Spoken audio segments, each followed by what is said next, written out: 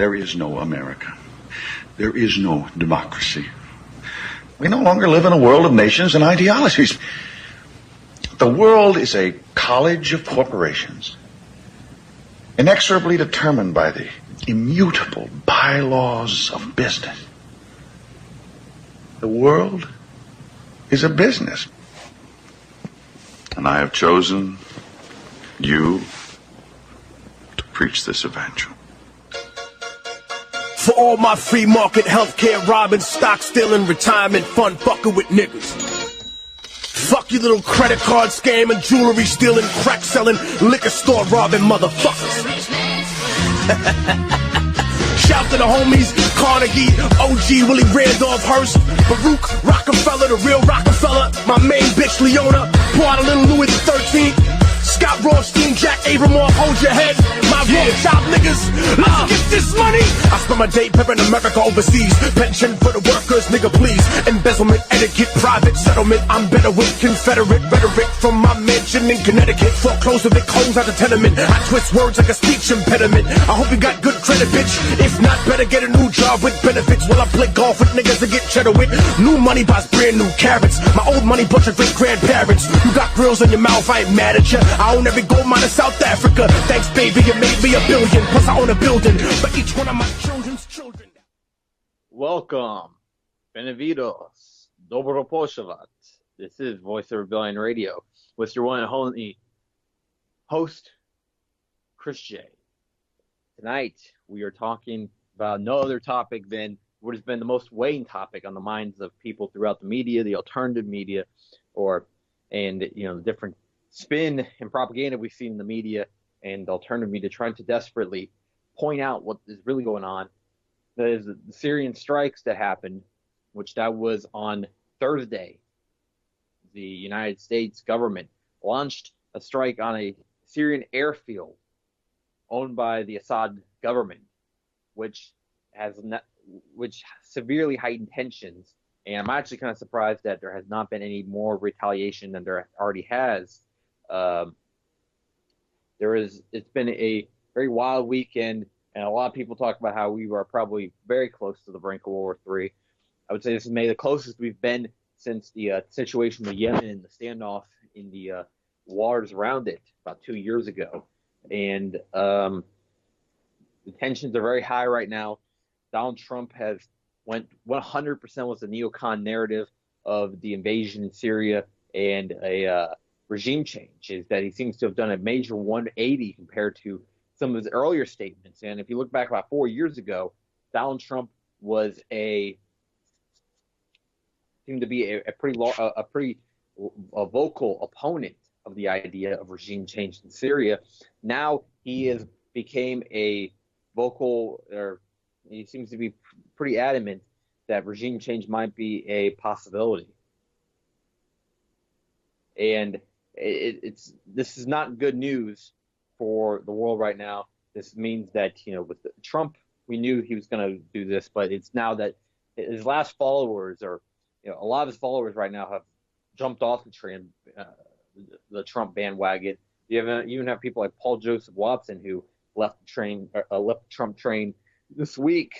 Donald Trump has definitely lost a lot of supporters over this, and but at the same time, he is probably somewhat pleased some of the neocons, neoliberals, the few that are in the, that have been severely brainwashed by the lies, and these people that are in the Never Trump movement, that call them Russian puppet or whatnot, seem to be slightly appeased right now. Upset, there's these, wild theories about what this a strike on Syria could be about. I don't know if it's a parody or whatnot, but I see people going as far as to say that Donald Trump may have worked with Vladimir Putin to stage a strike. That's the reason why the Russians evacuated the air base, and that he staged that with Putin to eliminate the narrative that he's a Russian puppet, and while at the same time doing minimal losses to the Syrian government. However, if you hear the statements coming out of Moscow, you hear the statements coming out of Damascus, and really around the world, it seems to be of a different tone. I don't think that of course, this is going off the fake Putin-Trump connection that doesn't exist, but these people are so adamant that Donald Trump and Vladimir Putin work together. Putin seems to be pretty angry. Any kind of talk about collaboration or whatever with the United States is about done now. And with the Syrian government, they're pretty upset now that this is the first time that the United States has done an open strike on the Syrian government. I'm sure there's been more covert ones in the past, and I'm pretty sure there has been. I mean, there was the talks that they were targeting infrastructure, oil refineries, and that kind of things prior to this.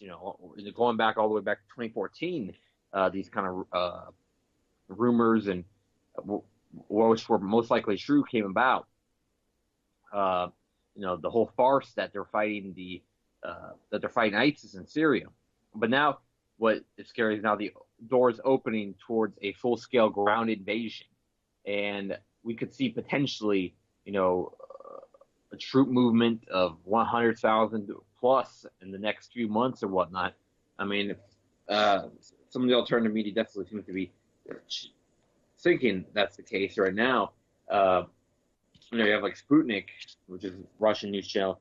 This is one of the headlines that came out from a day ago. A U.S. nurturing plan a full-scale invasion in Syria.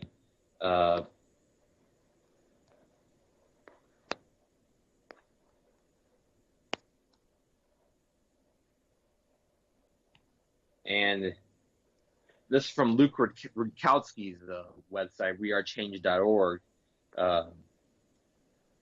This is what is on his page today.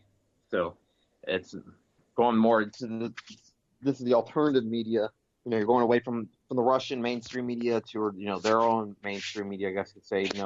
Much different than our mainstream media. Going to Luke Rudkowski's alternative media. In the American alternative media, this is what unconfirmed reports: U.S. massing troops and tanks in Jordan to invade Syria against ISIS. Of course, you can imagine that any invasion of that nature would not be against ISIS. And right now, that you see the narratives changing to that there's a goal of regime change.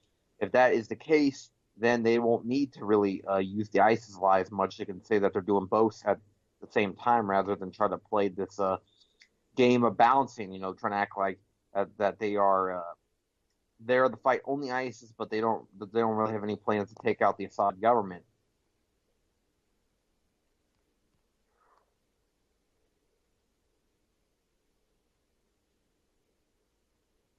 And this is what he said, that there's initial unconfirmed reports that at least 20 U.S. armored vehicles and an unknown number of troops are massing in Jordan to invade Syria, according to prominent Syrian social media accounts. Since the Trump administration now reportedly has a policy of not informing the public about the number of troops in Iraq and Syria, it's difficult to confirm the reports about the movement of troops in Syria. This is and one of the people that tweeted was Partisan Girl, which is the unknown, she's a Syrian YouTuber that a lot of times informs people about the realities of the war there. And Partisan Girl is a known Assad. Well, she seems to be more of a kind of neutral, but maybe more leans to the Assad government. She's been on InfoWars and stuff like that, I believe. So she was tweeting. She said about massive explosion on the Jordanian-Syrian border. It looks like she retweeted an article from what I believe is like a pro-Gulf Arab regimes, usually, that this news source leads to. It's almastarnews.com. From what I remember, that's the kind of lean that website has or whatever.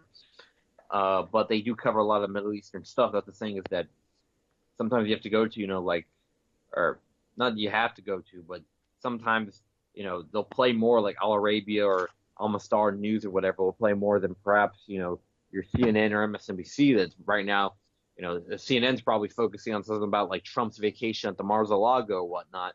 It's one of the things that they seem to be obsessing right now about about Trump's vacation, saying that he's taking too much time off or whatever, which, it is with all these presidents, you see that the role is merely a corporate spokesman, and it's to appear to the public like they're the ones in charge, and appear to the public that these policies are in the people's interest.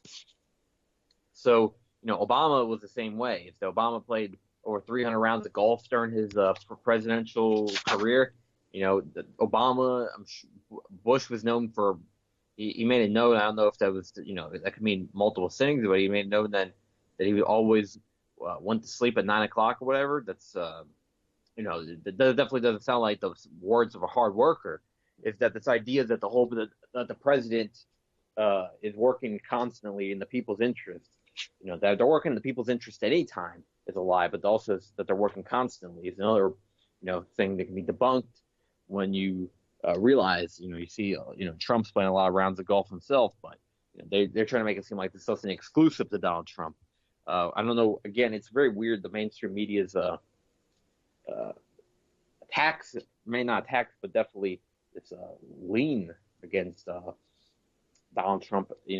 But it's trying to make it seem like that it's only was him that was a president of this nature, and that's some of these things are unprecedented that he did. But Donald Trump, I think, is again, still one of the people in the establishment. And maybe this is the whole point of Donald Trump, is to appear anti-establishment while really being part of the establishment, as we've seen in Syria. And a lot of people are justifying the Syrian strikes by saying that the Syrian government gassed their own people last week. But, of course, is that I saw one red flag. I don't know how far, I didn't look too far into it, but apparently there was at a sarin gas site, people were cleaning up the sarin gas site without proper gear on. Apparently, sarin gas is apparently pretty deadly, and you have to have like full mop gear or whatnot when you're being exposed to it. And these people were not wearing that. We know that in the past that there was there was a Saudi fakery that happened, I think, with the Damascus chemical weapon strike in 2013. It was like pretty much like a Hollywood production type thing.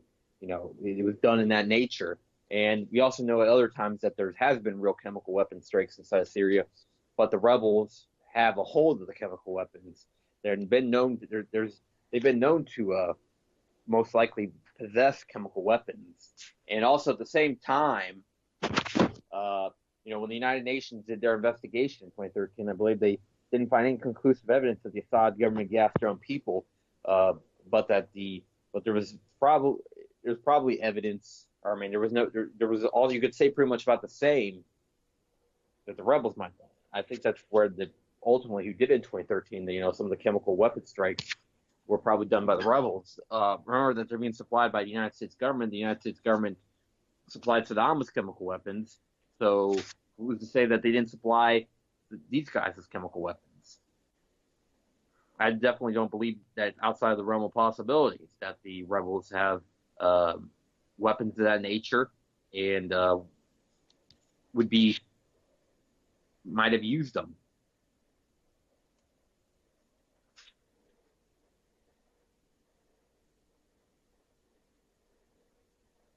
And I don't really, the thing is that whenever you're talking about such heinous crimes being, used in war or whatnot, it's definitely tough to say, 100%. That's why I say look into it. That was a fakery or whatnot.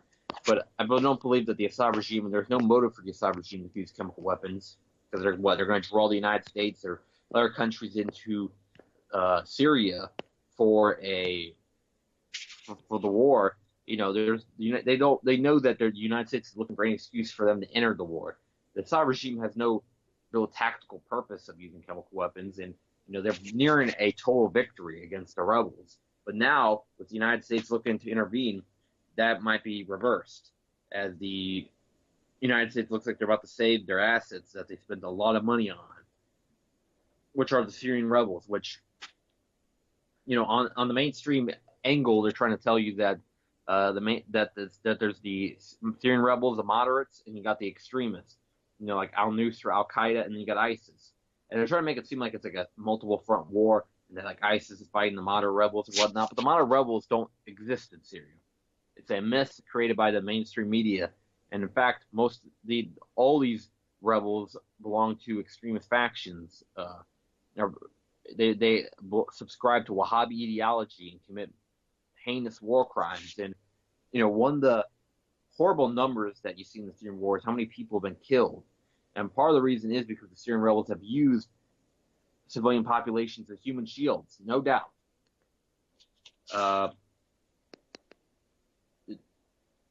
They've been portrayed as these freedom fighters, as these heroic men. But remember, they also portrayed Osama bin Laden and Mujahideen as these type of people back in the 1980s. This is not the first time that the United States has funded sketchy people in the Middle East.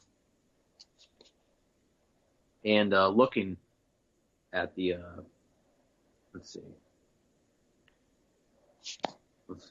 look up, in Syria, there's also the Kurdish that they've been kind of at times left out of discussion about the war. But the Kurdish are they've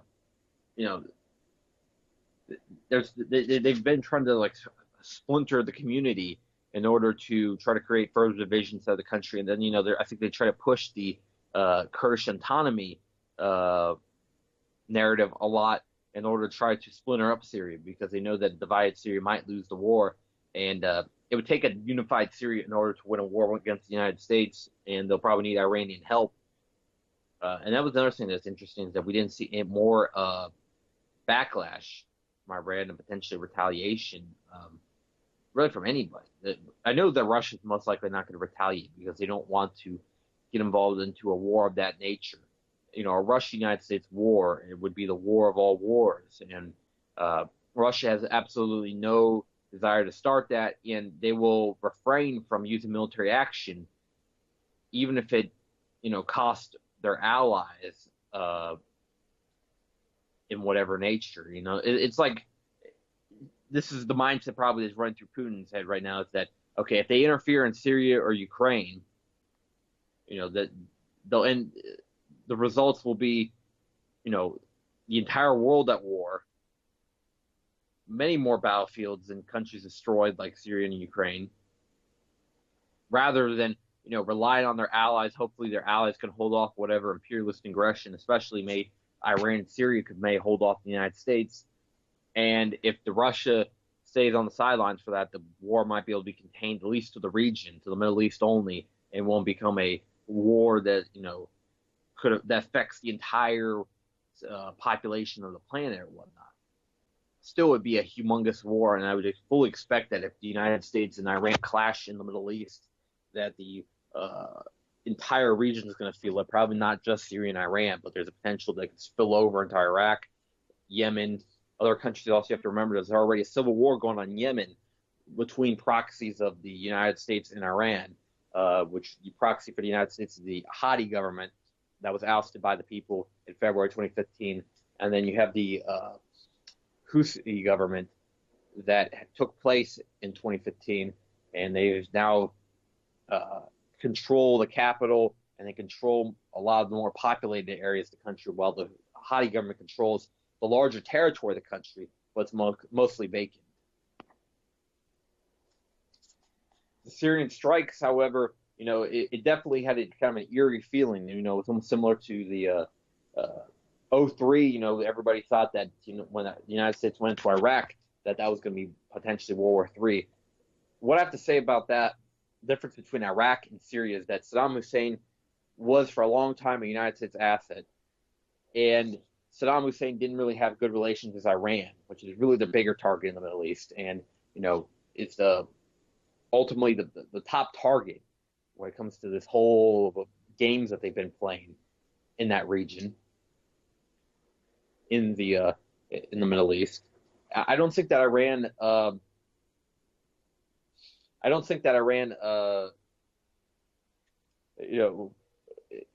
It would be any bit comparable really to Iraq, and the invasion of Syria is going to be met with a lot more opposition than Iraq.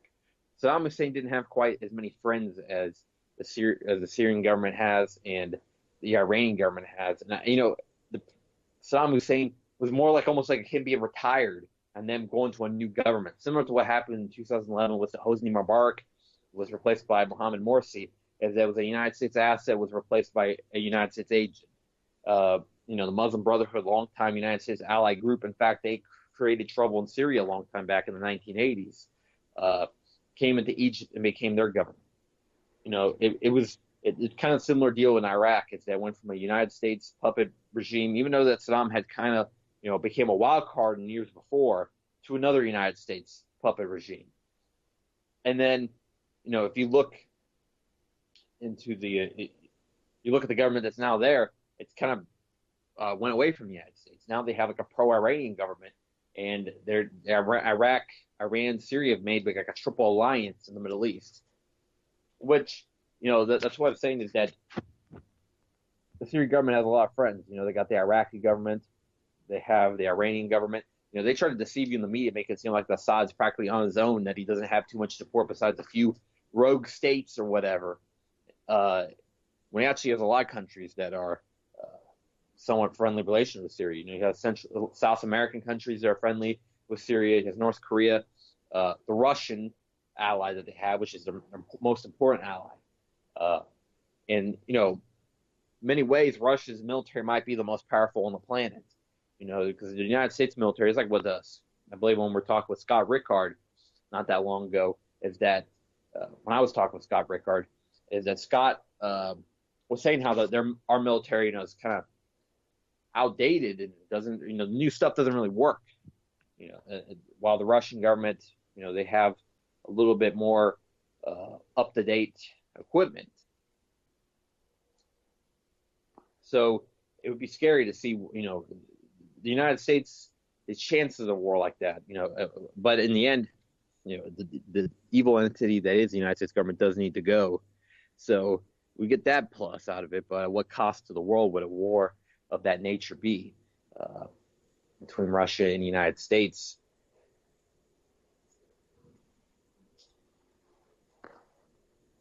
Anyways, I'm looking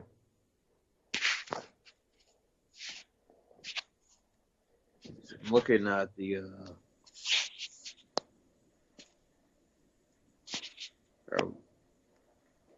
looking at some more headlines here about the Syrian war right now, and trying to you get a ton of that. When you look up stuff on Google, it seems like it automatically routes you to a lot of like British propaganda. You get like the Independent or whatever, BBC News, Daily Star. I mean,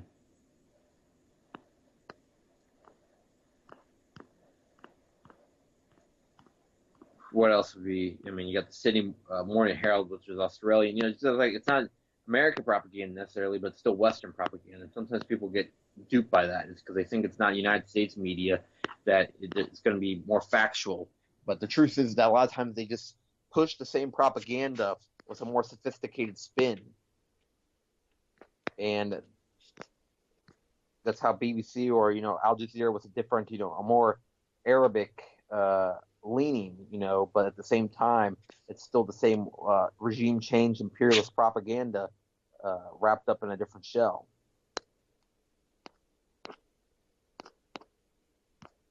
Of course, the New York Times is saying that the United States strike at Syria brings fleeting hope to those caught in brutal conflict. And I can tell you that it's not bringing hope to these people that are, already been bombed out of their country and thinking that the United States military is now going to bomb them and already make a bad situation worse, similar to what happened in 1999 over there in Serbia and Kosovo. And then people also remember what happened to Iraq when the United States started bombing.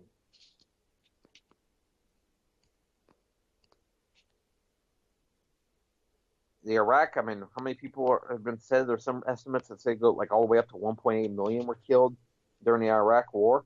Throughout the United States interventions in war since World War II, it's like I said, like 20, 30 million have been killed, which is a genocide similar to the level of Stalin or Hitler. Just in war years, Stalin killed about 30 million of his own people. Hitler about 11 million of his own people. I guess its difference is that it was their own people versus what was killed in war. I mean, if you count all the people, for example, Hitler killed in war, then it's a lot higher number than the 11 million. Uh, but still, is that the United States war machine has become a machine that's killed a lot of civilians, and it's brought a lot of misery to many third world countries.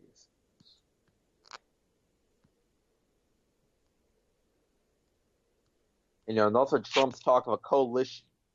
He was talking about that. There's a coalition in order to confront the Assad regime. Well,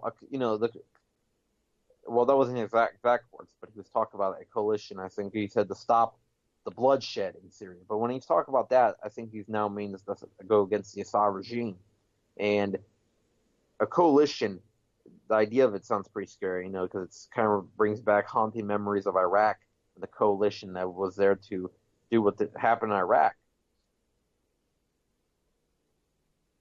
And again, it's a different situation, but there's a lot of comparables to the Iraq and Syrian potential invasion.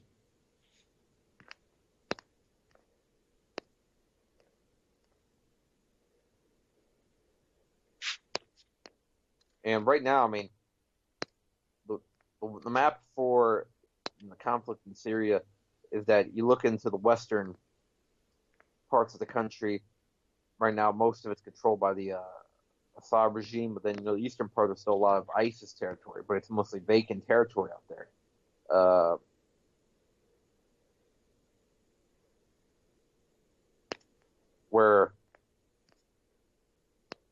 And that's probably places where the United States has been intervening the most out there in eastern Syria. The United States has been there since 2014. That's when the United States intervened in Syria in order in the name of fighting ISIS, but it wasn't truly about fighting ISIS, as we saw. It was really in order to confront the Assad regime. And what they've done is that they, in many ways, have copied what they did in Libya, and it's a repeat. It's the same shit we saw there, but with with different names and and also a little bit different narrative.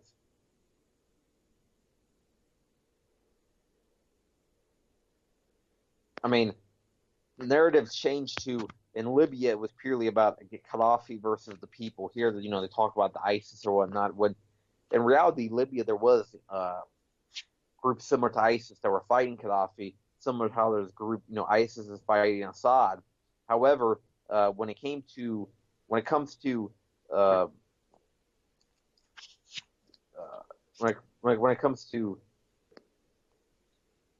ISIS in Libya, as ISIS came out of Libya afterwards, and now ISIS actually has a presence in Libya, but it's a very small presence.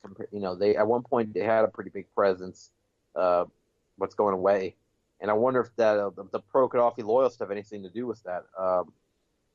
Which apparently the Green Libyan fighters have fought long after the removal of Gaddafi. It's been over 5 years now, and I believe they still exist. And in fact, maybe perhaps it's getting more prominent. The Gaddafi supporters, who for a long time were completely in hiding, it seemed like, after the war.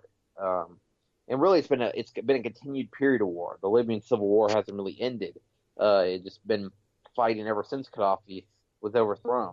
And that's what people miss. They miss the order that the country used to have, and also that they had a very high level development prior to the removal of Muammar Gaddafi.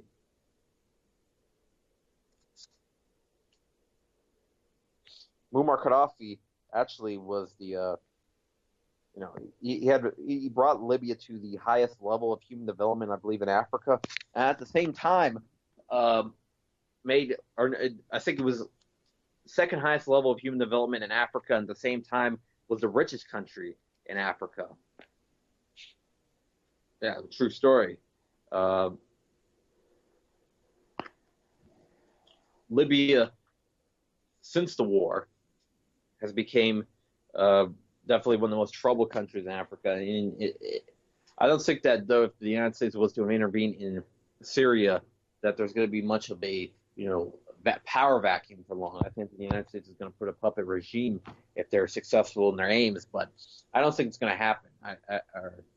I hope not. That's not going to happen. I really do believe that the Iranian government and the Syrian government could hold off a United States invasion, uh, as long as they don't do something absolutely crazy, like using nuclear weapons or anything like that. Which I don't believe that the United States is going to use nuclear weapons, nor do I believe anybody is going to use nuclear weapons in the next 15 years. And I really think that I really believe that even a war with Russia and the United States would most likely remain conventional for a long time. Uh, One thing about the nuclear option is that even for the elites, it's bad because if they'll be forced to go underground or whatnot, and they wouldn't be able to live the same quality of life that they get to enjoy, you know, on the surface with and also at the same time, I don't know what kind of power would they have? One of these things is that they're these greedy, power hungry individuals that inhabit the elite, the New World Order, or whatnot. A lot of that stems from all these people that they have under their control or whatnot via central banking or whatnot. But if there isn't too many people left for them to control, and they're hiding in bunkers or whatnot, they definitely wouldn't be able to really reach the same aims. I think that what their plan is to eliminate a lot of us, unfortunately, that they want to depopulate and leave a lot of people for labor units or whatnot. But I don't know if their plans is necessarily to use nuclear weapons. So, I mean, I definitely say that it's definitely not impossible that nuclear weapons could be used in a conflict between Russia and the United States. But I'll tell you one thing is that the Russian government wouldn't be the ones to use them. Vladimir Putin doesn't have any desire to use them for sure. And I don't think that any Russian president, would either. As long as they don't, get taken over by somebody like Boris Yeltsin or whatnot, that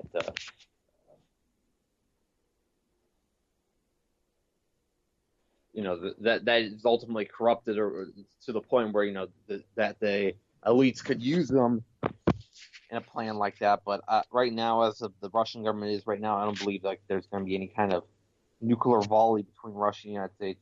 That's the people that doomsday sayers or whatever. I don't think it's going to get to that point. Though what I do fear is a major conflict in the Middle East arising out of the Syrian strikes, and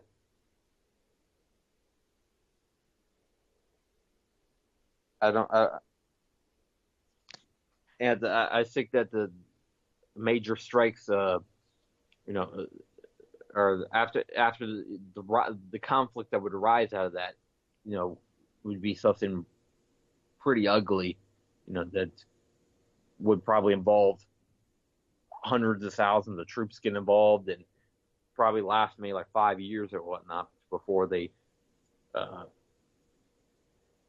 probably oust both regimes of Iran and Syria. But then again, I think that definitely the Iranians, and if they were to get involved, could push back the United States, because the Iranian military is no joke.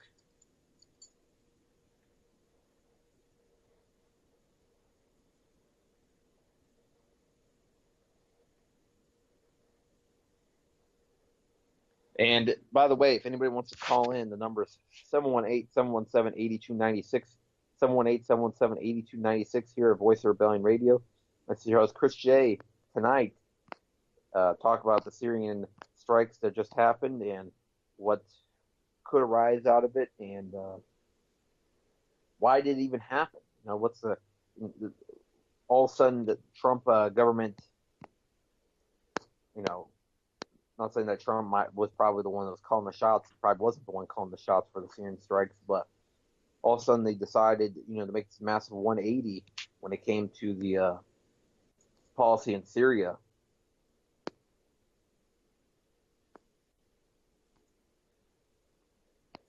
And it led to now in the strikes that happened in Syria,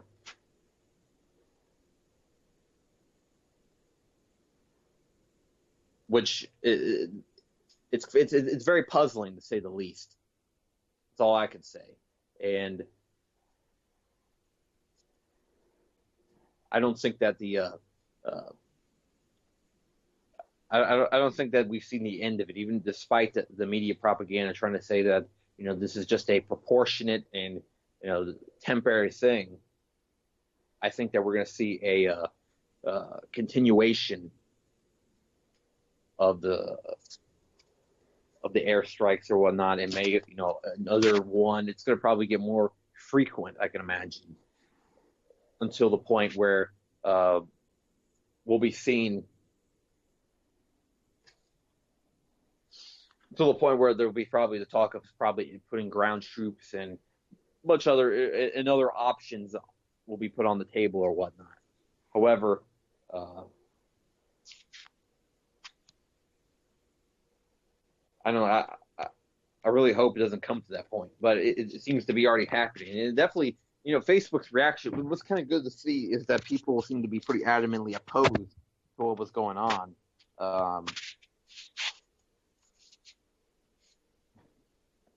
It didn't seem like there was a widespread support for this war. Just similar to 2013, is that there was not the really the support needed for conflict of that nature, and it seems like people know is that Syria is the limit. Is that all these other wars, Afghanistan, Iraq, they can play around in them or whatever. The United States government can tinker with regime change and whatever in these countries, but it won't result in the same disastrous consequences as the Syrian war would result in. Assad has definitely been preparing his soldiers for a long time for a situation, a scenario. Since 2006, the United States government has been wanting to eliminate Assad. I mean, he dropped the dollar a long time ago. They don't have a Rothschild-controlled central bank. There's a lot of things about Syria that the people at the top don't like. And when I say the people at the top, the New World Order. The New World Order, the elite, these heinous individuals that would be willing to kill millions of civilians if they means that they can mark Iran and Syria off their list, definitely have Syria invasion on their checklist. The question is, how long will it take? And they have the Syrian war on their checklist. How long is this going to take? Is it going to take a few months? I have, by all my predictions, I believe that by the end of the year we're going to see a war between Syria and the United States. And I've been saying this for a long time. And I thought it actually came about a little quicker than I expected. I thought it would be at least to like summer before we'd actually be doing anything over there in Syria. If I say we, I should say them, the government. And this is to the Syrian government, the Iranian government. If you guys are listening right now, we have no fucking part in this. We don't want this. We don't want this war. Most of the American people do not want this war. Please don't do something that affects us, the normal people in the United States. Please realize, and I think you guys are smart enough to realize that it's the United States government, it's the elite at the top. It's not the people of the United States that are, planning and are rallying for this war. Most of the American people just want these wars to end. I think that's something that even for the people that are conned by politicians or whatnot, they at least agree that they want these wars to end.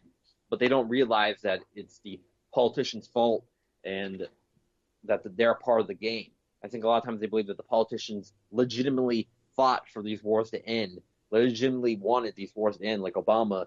I hear the people saying that, well, Bush got us tangled into these wars, so, he had really no option, and he had to do his job or whatnot. But Obama was definitely part of the neocon, neoliberal, whatever policy. I really sum up neocon, neoliberal, sum up as neo-fascist, and that's what it really is. What's bad right now is that when you call these people out for what they are, fascists, is that people automatically think you're one of the Antifa guys that are. I can't agree with a lot of what these people say, and they've kind of blended on almost into the Never Trump movement, and their tactics of breaking the windows of business that have really no point, no part of the Trump election or whatnot. Just really raising hell. It's a stupid protesting tactic. And I'm not saying that you have to be all peaceful and you have to sing kumbaya or whatever when you're doing protests, but I'm saying that you do tactics like that, you're not going to get any supporters. Simple as that, really. People, the people in Antifa or whatever, there's definitely good people in them, and there's definitely people that are just in there because it's a trend or whatever. They it's kind of out of the punk rock culture, whatnot. There's definitely some people that are legitimately opposed to the what these politicians are doing, and to the people that support even more hateful policies. And that's another thing. The Antifa, they sometimes just focus on random idiots on the streets or whatnot. That's another thing. Is that maybe if they channel more of their efforts towards actually targeting the politicians themselves rather than targeting some idiot skinhead or whatever, then maybe they could gain more supporters. But and then people will scream, it's like, oh, freedom of speech for that skinhead. What? That skinhead doesn't have the right to say what he wants, even though that's wrong.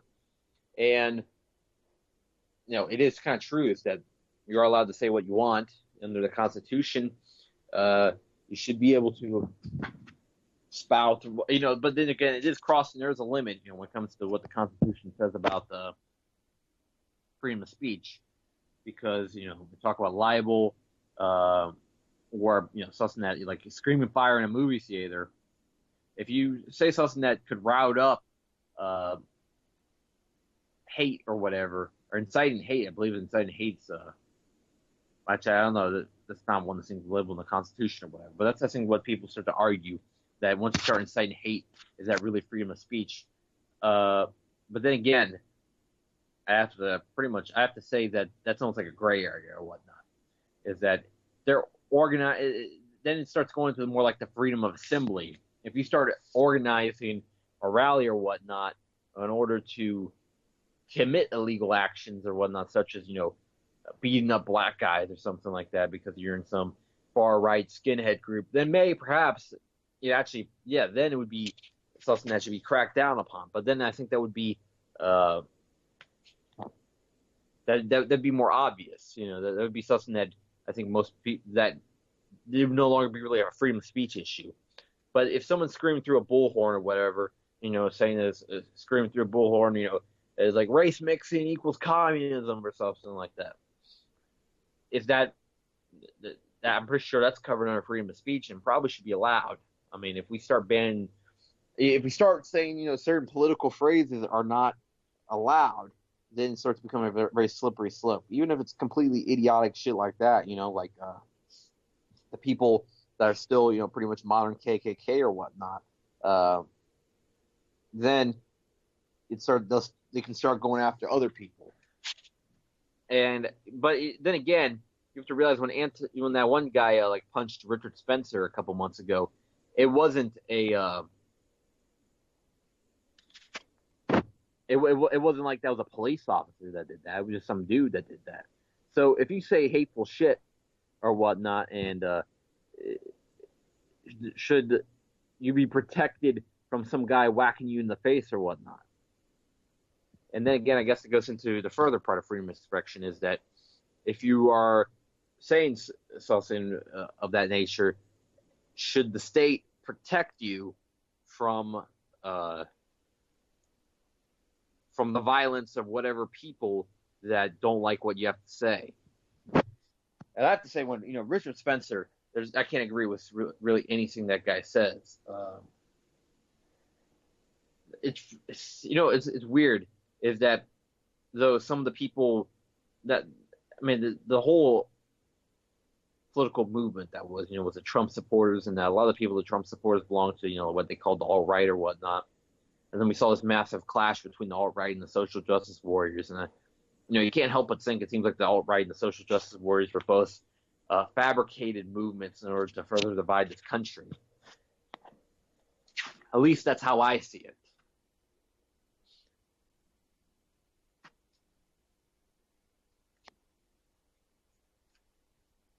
It to me,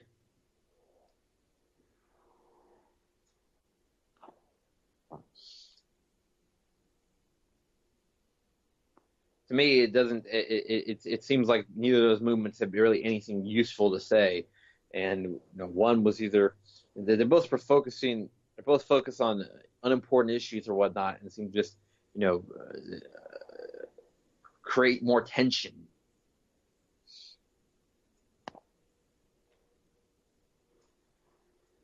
And when it comes to one of the main things I've talked about when it comes to the activist community is that we need more unity. We need more people. We need to find more common ground. And when I say the activist community, it seems to be a kind of a broad term, isn't it? Because there's people all the way from the Patriot movement or whatnot that call themselves activists. The people in the Black Lives Matter that call themselves activists, but it'd be very hard to get them to work together. And of course, Black Lives Matter. There's definitely establishment shills in there, and there's legitimate protesters. It's one, and a lot of people like to put blanketing terms from either side of the activist community, whether they belong, if they are more Black Lives Matter leaning people, they're going to say everybody in the Patriot movement's a racist or whatnot. And then people in the Patriot movement's going to say everyone in Black Lives Matter works for George Soros. That neither of the statements are true, and that most likely what I see is that perhaps some of the Black Lives Matter leaders might be paid off or whatnot. But there's definitely a lot of the protesters themselves, and maybe perhaps even some of the leaders themselves, that are of legitimate protesters. And then you look at the Patriot movement, is that there's probably a few bad apples in the bunch. There's some people that are either pro-Israel or even skinhead leaning or whatever. We talked about, maybe some of the people over there on the Patriot movement, and there's also the people that are establishment people. That they follow people like Donald Trump, and they follow people like the Republican Party. The people that belong to the Tea Party or whatnot. But there's definitely good protesters, good activists that legitimately oppose the government, legitimately oppose what the elite is doing in our own country and overseas. That they could find common ground between each other, and then there could actually. This could be a massive thing, a massive unity that could be created. However, it seems that people like to focus a lot of times on their differences rather than similarities, and that's one of the massive problems inside the activist community. It seems to be it's like the joke of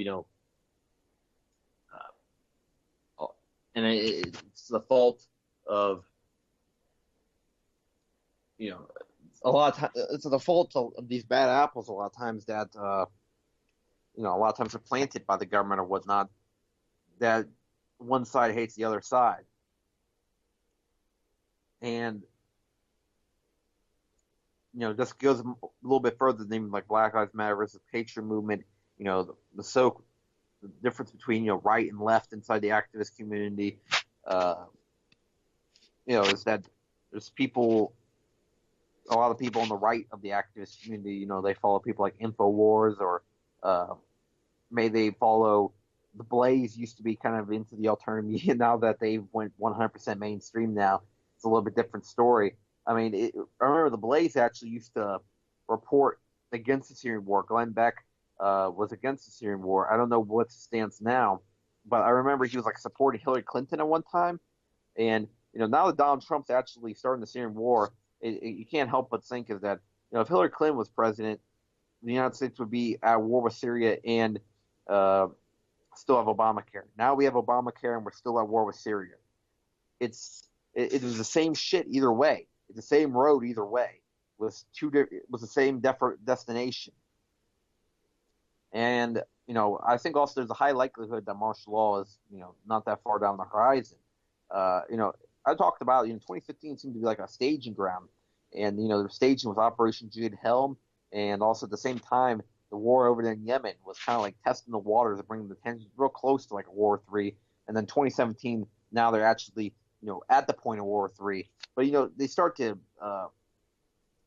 they gauge how successful whatever it is they're trying to do.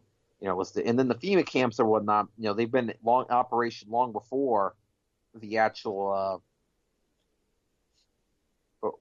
before when they actually going to be used. There's been talks that the FEMA camps have been open and putting like homeless people or whatnot in them since 2013 or whatnot. And people talk about these things like people thought that if you were to talk about FEMA camps, conspiracies, the World War III, and martial law back in maybe 2002 or whatever, people would just say you're listening to Art Bell too much or whatnot. Now we're 15 years later, and all these things seem to be very real. People now are finally listening to us, people on the radio or whatnot that were calling that World War III was coming up. Now they're finally realizing that it's near with Trump as president. The idea of martial law doesn't seem so crazy when you have a president that doesn't seem to be too concerned about the use of federal troops in a American city. Talked about that if Chicago doesn't clean up their act, that he's going to use federal troops there. And then also a president that had such a strong stance against minorities or at least appears to, that the idea of the FEMA camps no longer seems as far-fetched. And originally FEMA camps did come out of the anti-immigration act. It was Rex 84 for those people that are interested in wondering how the FEMA camps first came about. It was the ICE is running them in order to for immigrants. And now it's weird also is that when it comes to some people in the activist community who are so actively anti-immigration, and I get being anti-immigration to the point where because you realize that illegal immigration does drive down wages. Corporations just hire illegal immigrants for cheaper than minimum wage. But when it comes to immigration as a whole, and it's harboring this resentment towards immigrants is just really a cop-out for not blaming the politicians responsible. And a lot of the people that are such anti-immigrant, they support politicians heavily, such as they support their they support the Republican Party politicians very heavily, and that they don't want to put blame on them as well as on both sides, from Democrats to Republicans.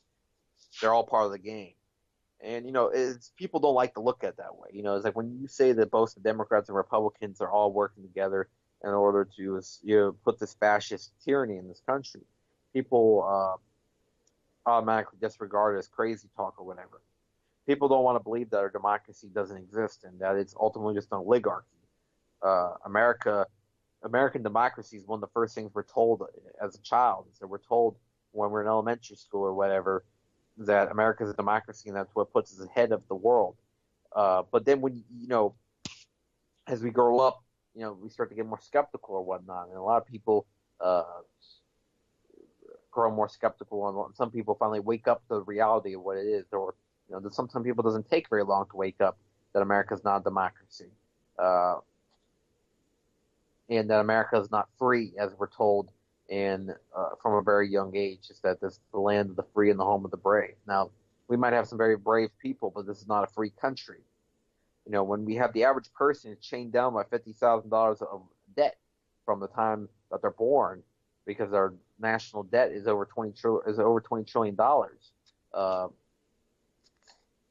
I believe it's over $20 trillion, or it's nearing $20 trillion. And that's because the bankers have put that debt on this country to make sure that we can never pay off the debt that they put on this country. It's the perpetual debt scheme is a way of establishing ownership over the clients, that is us, the people. Ultimately, really, it's the government that they're doing business for, putting the currency out, but they charge the money to the American people, and they put it in a way that we can never pay it back. It's over pretty much everything in this country wouldn't be worth the kind of money that the debt that they levied on us. And because of that, we're enslaved to that debt. Now, if we had a government that would stand up to these bankers and say no more, then that wouldn't be the case. And that's what JFK was trying to do. But then JFK was assassinated by the bankers, by the Federal Reserve, who controlled the CIA and other governmental organizations. That was part of the problem with JFK and his government, was that they weren't, they weren't, they didn't have the necessary protection to protect from the entire establishment being against them, practically. And then you had from everybody from his vice president to the CIA, to the FBI, to many other people in the government were still a part of the game. But JFK wanted to change this country, and he actually wanted to bring he wanted to do the things that he talked about. Whether it was go to the, whether it was it was finally fixing this country, and he wanted to get rid of the fiat currency that we had been using, pointless currency that we've been using since 1913. And I wouldn't say it was necessarily a fiat currency at that point, because it wasn't until Nixon that we were taking off the gold standard.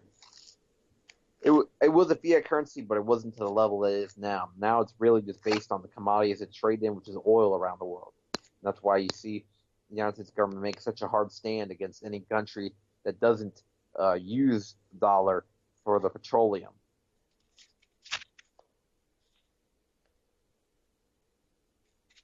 Also, what we've seen with the recent escalations of the Trump regime against the other governments around the world is that we've seen apparently seen more high tensions between Trump and Venezuela.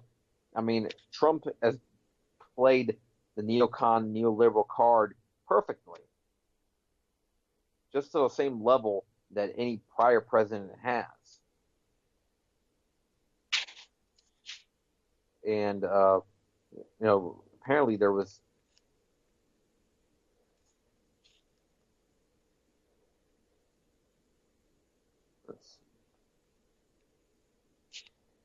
apparently been some more shit that went down in Venezuela this week. Apparently, let's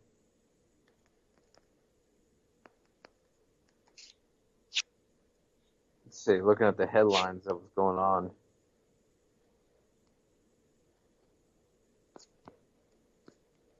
We're nearing actually the 15-year anniversary of the coup against Hugo Chavez in 2002.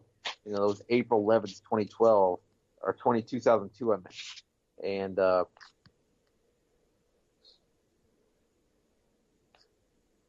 and at one point, even, the tensions went so high that in 2008, the Chavez cut the diplomatic relations, which weren't reestablished until June of 2009.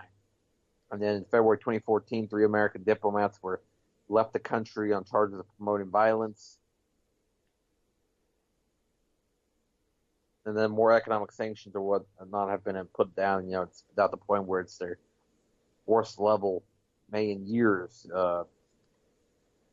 Not maybe in years, definitely in years, and maybe some of the worst that they've ever seen. Definitely the worst in years over the last few years.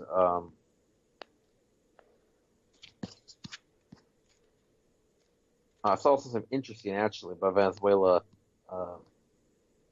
not just a few days ago. Tillerson's known to be anti-Venezuela. In Venezuela, I also think that there could be potentially a United States intervention there. Apparently, the tensions are super high against North Korea right now, and there's apparently a United States aircraft carrier returning to the Korean Peninsula as a show of force over North Korean provocations, in quotations.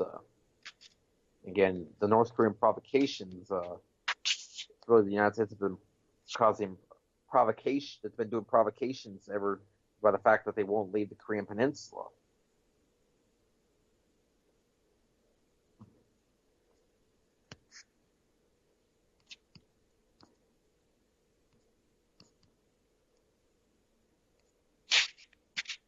And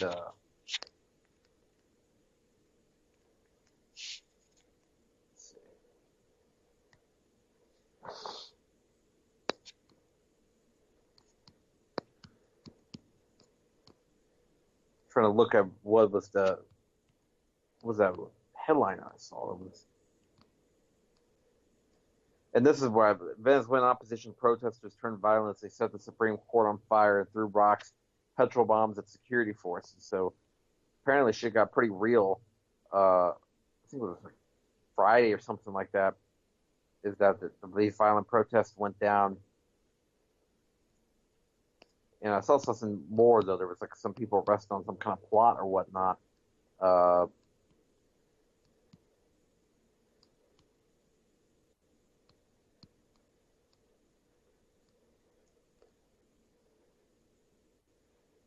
The Venezuelan right-wing government said that Maduro's administration uses chemical weapons, that's uh, even though it's probably not true. That I think they're saying, but the chemical weapons, I don't know what they're trying to say, that they use sarin gas or whatever, that you just use tear gas.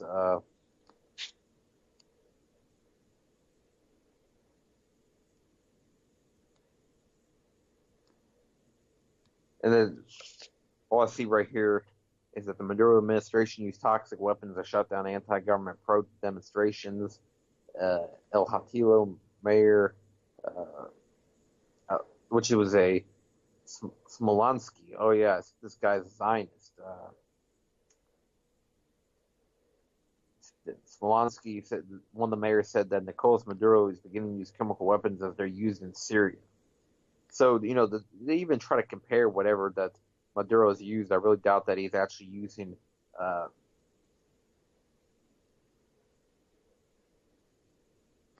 anything similar to what's being used in Syria or whatever. Most likely by the rebels it's being used. He said a red toxic gas, called him a dictator. Police are using a red gas to repress us. We neutralize with soda and lemon.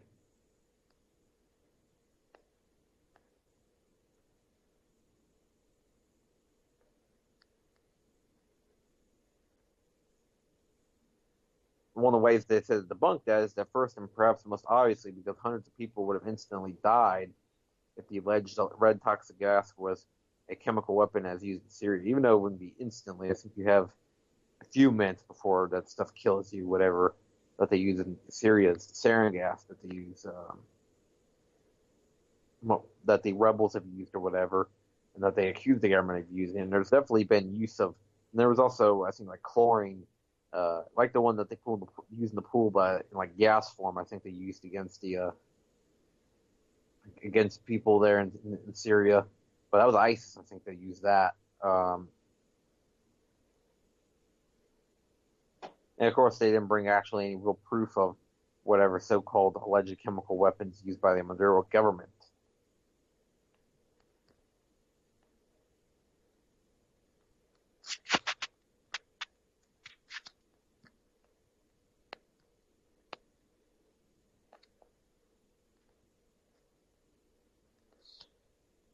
Well, that's not the headline I was looking at. I'm pretty sure.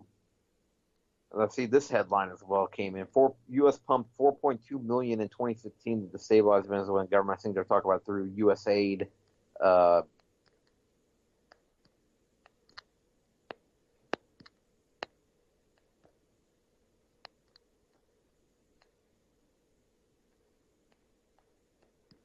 Still looking for that one article though. Let's see. Anyways, in Syria, though, is that it's kind of weird actually. Is that the Venezuelan vice president is actually Arabic himself, and they, Venezuela stood in solidarity with Syria. It definitely shows that there's a connection between, I guess, South America and the Middle East. Is that there's a lot of people from Middle Eastern origins that live there, and it's good to see that the Middle East and South America stood together. As much will be needed definitely in these next coming years. The Bolivian UN ambassador apparently really made a fool out of the Nikki Haley and the United Nations, who he showed a picture of Colin Powell, talk about the weapons of mass destruction that led to the U.S. invasion of Iraq, in order to denounce what the United States wants to do in Syria.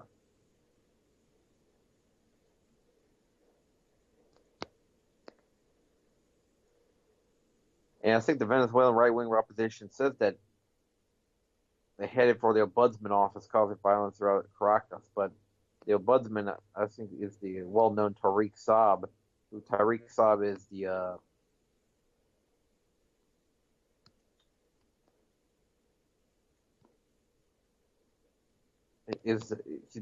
he's showing up. I see him like on Univision or whatnot. He's a pretty good speaker, also of Arabic descent.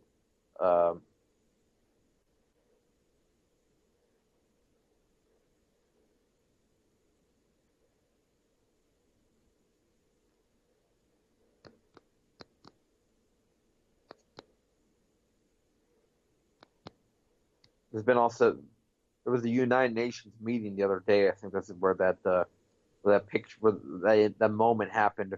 Was Colin Powell was the being brought up when it comes to a lie that most likely the Syrian gas attacks are.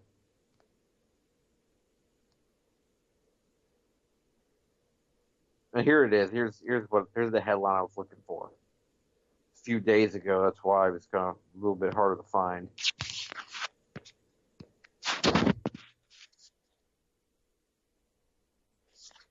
So I was worried that my phone looked like it froze there for a second. It looks like my Facebook froze up, so it'd be hard to pull that up now.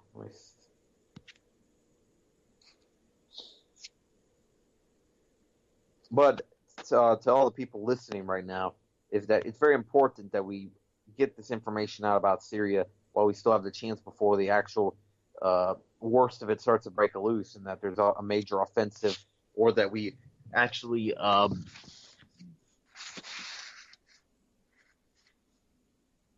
there's actually some kind of retaliation or whatnot coming from the Syrian government. Because I imagine if these strikes continue, someone's going to retaliate. I think Russia and Iran said that they'll retaliate if there's another strike. Now, Russia might be mostly talk, but I think Iran does not talk when they say that they will retaliate if there's another United States strike against the Syrian government. And the Tomahawk missiles, think about how much money was spent on that. I think for each Tomahawk missile is over $1 million, and 59 of them were used. Apparently, only 20 something got hit their location, which is good. There wasn't too much damage at the airfield, but like 59 Tomahawk missiles being used that cost over $60 million. Imagine what that could have been done to help the people of the United States, but that's what was used just to show some force or whatever, perhaps prior to an actual real conflict where many, many more of those will be used. Also this happened apparently like in the middle of the night, Friday morning in Syria. It was late Thursday night over here, and I just got back from working like 12 hours, and then I come home, and not too long after that, I see that apparently Syria had been struck by the United States and whatnot. And at first I thought the shit was breaking loose, like we were about to start seeing some real shit, like potentially ground invasion or whatnot. That this is like the night when they went into Baghdad, but it luckily didn't get to that point. But it was scary when that headline broke on CNN, and I think a lot of people were fearing the same that night.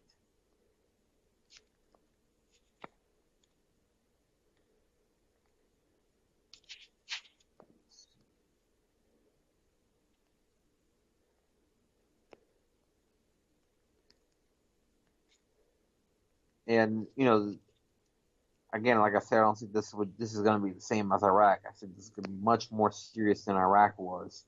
I don't think Assad would fall in 1 month either, like Saddam did. I think that his troops are much more prepared than the Iraqi Republican Guard or whatnot that couldn't hold off the United States troops for any long period of time.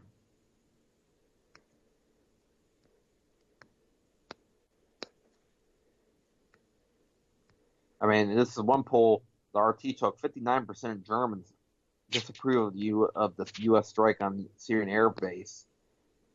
And the poll was ordered by Mialet Emnid TNS company as respondents about Washington's decision to launch Tomahawk missiles at the Syrian airfield. The survey revealed that 26% approved and 59% disapproved of the attack on the military site. The majority of the respondents, 80%, also think that no more strikes should be made on Syrian territory.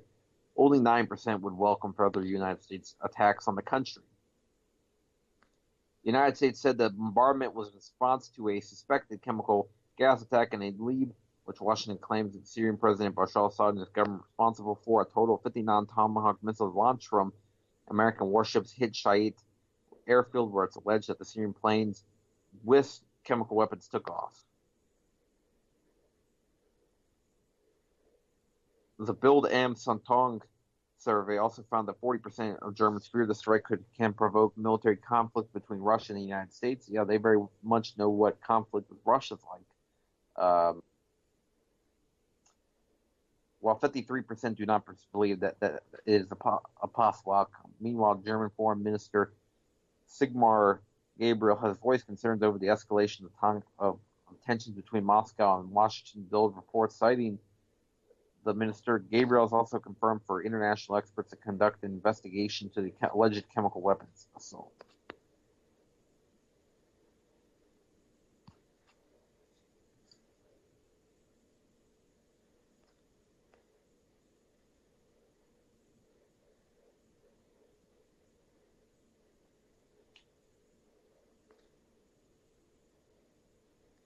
This is what RT says. Damascus has denied all allegations, saying that the Syrian military hit a warehouse where terrorists could have produced and stored chemical materials. Moscow has also pointed out that it's eliminated stockpiles of chemical weapons, which it was confirmed by the Organization for the Prohibition of Chemical Weapons. Which that was another thing that they said is that Russia apparently, they're trying to say that Russia did not make good on their promise. That Russia was supposed to eliminate Syria's chemical weapons arsenal, and that they didn't. And that way, they broke a promise as the United States. Remember that Putin brokered out a deal in 2013 for the exchange of them not invading Syria, that the United States that Russia would remove Assad's chemical weapons arsenal. But like I said, that was in a year the drums of war would be beaten again. Then the United States was back in Syria. Now the question is whether the United States will return to Syria in order to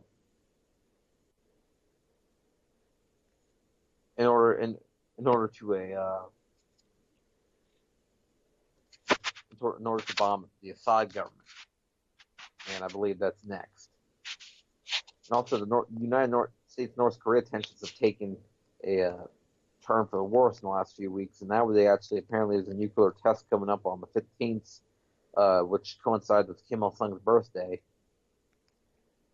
Which, this is one of the things they've been saying, that they've been doing all these illegal missile tests or whatnot.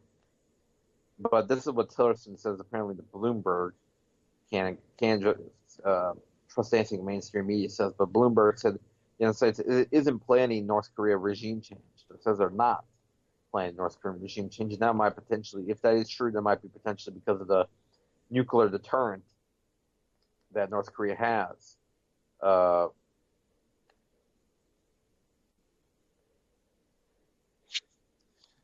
You have to remember is that with that's going to make people a little bit more hesitant to try anything when there's that big mushroom cloud that they're thinking about. Even though that they know that North Korea probably wouldn't be crazy enough to do it,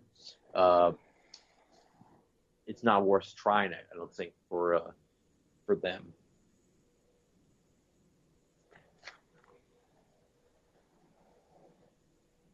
But you have to also remember is that the people that they're planning these kind of wars, these people are psychopaths. These people are absolutely horrible people that would not care about the civilians that are killed. They're just really more worried about what happens to their own selves, which, not many of them would. There's possibly a chance that they could be that they could be killed, or that they'll be hiding in a bunker for the rest of their lives.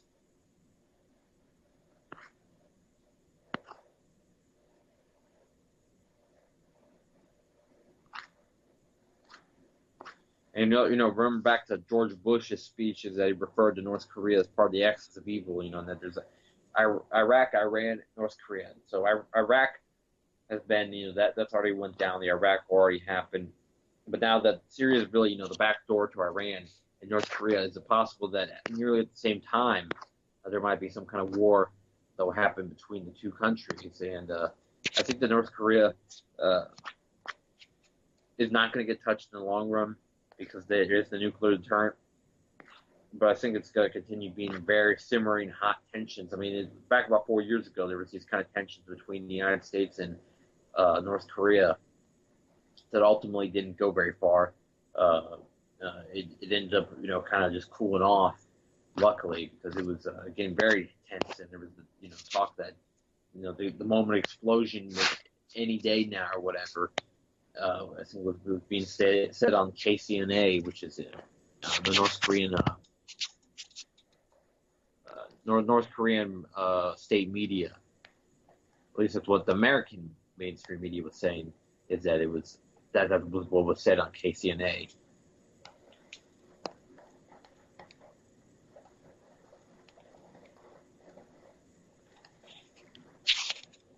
Which I wonder, it's it's kind of hard to even get on KCNA, to watch for yourself, and I wonder if that's even been changed like it used to. I think about is it banned now? Like you used to be able to go, you used to be able to look it up and you go straight to kcna.kp or whatever, but now just see at the top of the KCNA watch. Of course, Google might censor it or whatever.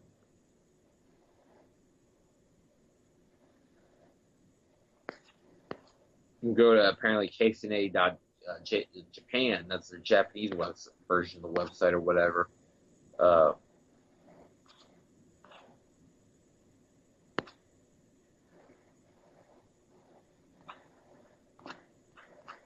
Even though it's like not really the same website, I think there's like different stuff that's discussed on the Japanese website compared to the Korean website.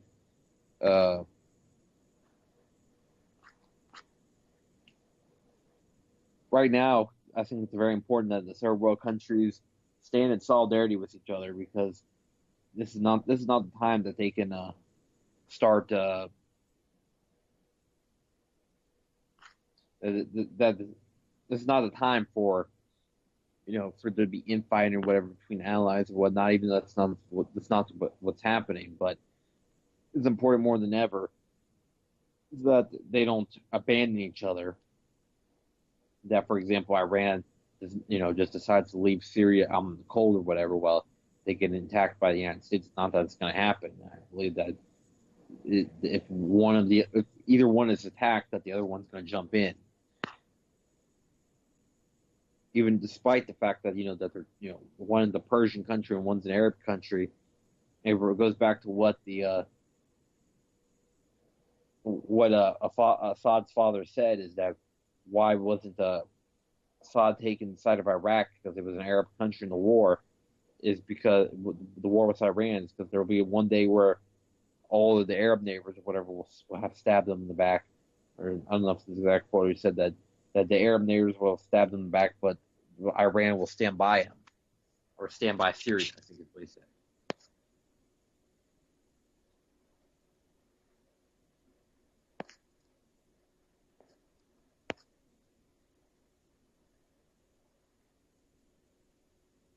And if anybody wants to call in, the number is going to be 718-717-8296, 718-717-8296 here at Voice of Rebellion Radio. It is about 10:20 Eastern Time, where we've been talking about Syria tonight. We've been talking about the Syrian conflict. Like I said, is that history has repeated itself to this point, really, in ways in Syria when it comes to the fact that this has happened before. There was the 1980s Syrian war that happened between Islamic extremists and the Syrian government that ultimately ended up with Hafez Assad still intact, with his power, with his regime intact. But this time seems to be different because the United States wants to get involved. And there was the whole Hama uprising or whatnot that went down during the 1980s. I don't know if they call it officially a civil war, but went down. They say it was the Islamist uprising in Syria. And it actually started around the same time the Mujahideen started uprising in Afghanistan. It started on June 16th, 1979 to February 28th, 1982. And it was the Muslim Brotherhood, which is the same Muslim Brotherhood that we saw in Egypt take over in 2012, but then Muslim Brotherhood actually, they fell out of power when there was the when Sisi took power, and not to say that Sisi's any better or whatnot. Again, I think that might have been just another case of a United States agent place of a United States agent. Sisi was seems to have been pro-United States so far, and he doesn't seem to really be standing up to Israel at this point. One thing he did do was attack ISIS in Libya, which he got kind of some heat for. So there's been like moments where Sisi appears to be challenging the Western status quo, but most of the time it doesn't seem to be the case.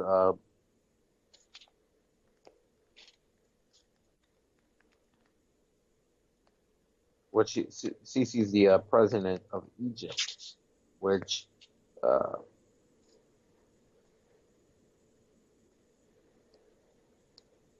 apparently he's made a pretty strong stance against the Muslim Brotherhood. But this is what Trump said to Sisi, is that Egypt has a great friend and ally in the United States, and people were making a lot of comments on that saying like Sisi was teaching Trump how to be a tyrant or whatever. Sisi's been around in the military of the Egyptian government for a long time. He was there with the Mubarak regime. But, Mubarak is in jail under Sisi, and so is Morsi.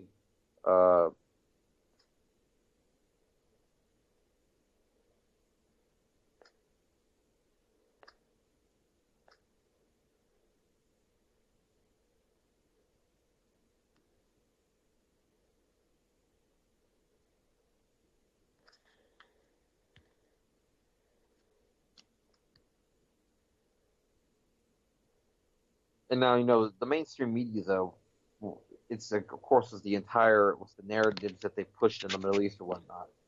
It should be really upsetting to Americans that our media is supporting terrorists, our media is supporting people that butcher civilians, people that have been accused of human rights violations.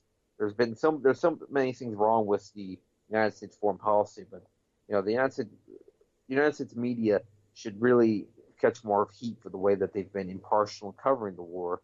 And in Syria, is that they continue to try to make it seem like, it was the use of graphic images and whatnot too, that they've exploited these suffering people in the war, pushed the political cause against Assad, when a lot of these actions have been done by the rebels, or that these people have been sheltered, or not sheltered, but these people have been trapped by the rebels, and when they were fighting with the government and they got hurt in the process, and now they're being shown in order against Putin or against Assad. And also Putin, they've tried to now extend this to, trying to say that Russia is responsible for a lot of the deaths in Syria, when in reality is that the Russian government has helped his friend in Syria, which is Assad. They're not helping the people that are using most likely chemical weapons, because most likely those people are the rebels, and the Putin government has very little relation with the rebels. Apparently, some of the rebels were more like we're coming towards Russia during 2016 as the Syrians started to lose the war. So some of the rebels went to Russia. The rebels were starting to lose the war, and I think it's more of they're surrendering kind of, rather than they actually have any kind of political connection.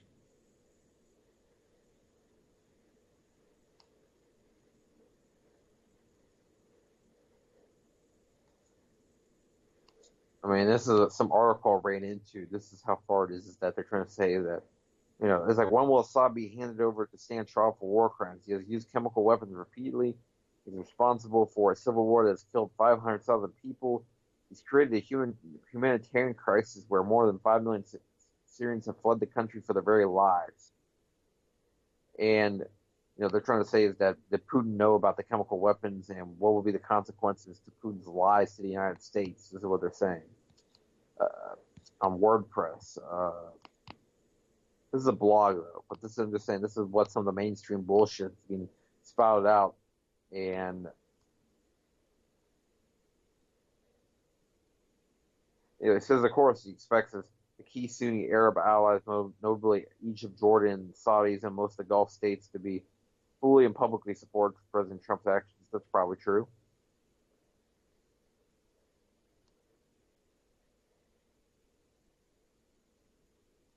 I mean, and that's a lot of people. I mean, they're all not willing to jump off the train. I mean, I don't know if this guy's on the Trump train, but a lot of people, are really commending Donald Trump for his actions inside of Syria, and rather than being mad that he's breaking a promise that he made, or not promise, but he told the people during the campaign that he was going to be a non-interventionist, and now he's intervening.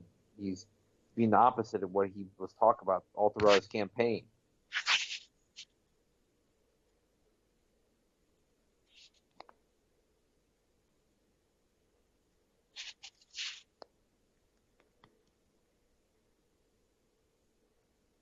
And Trump made a very serious speech on Thursday, where it seemed in a short few minutes he seemed like it had definitely changed the whole talk about being a non-interventionist, and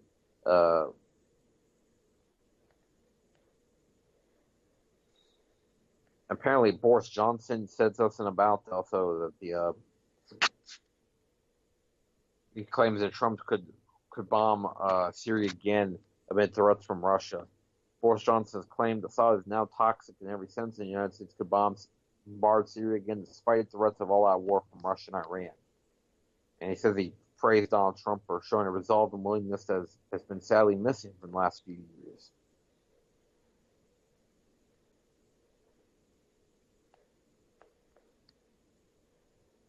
This is Washington warned Syria more military strikes will follow if they continue launching chemical weapons, but they prefer a diplomatic solution. Now, that's the thing is that I don't think that it's going to be a diplomatic solution to this. I don't think that they're going to stop striking. And the whole idea that the chemical weapons is the reason why they'll continue to strike, I think they plan on striking 100% without that. I don't think that's over. Again, is that apparently, it definitely could continue. And also, they're trying to say that that place where the chemical attack happened got hit again via a bombing or whatever. So that's pushing the narrative that they now have to do something because they're continuing to fuck up, is what they're saying. The Syrian government's continuing to fuck up, so now they need to go in there and fix the situation.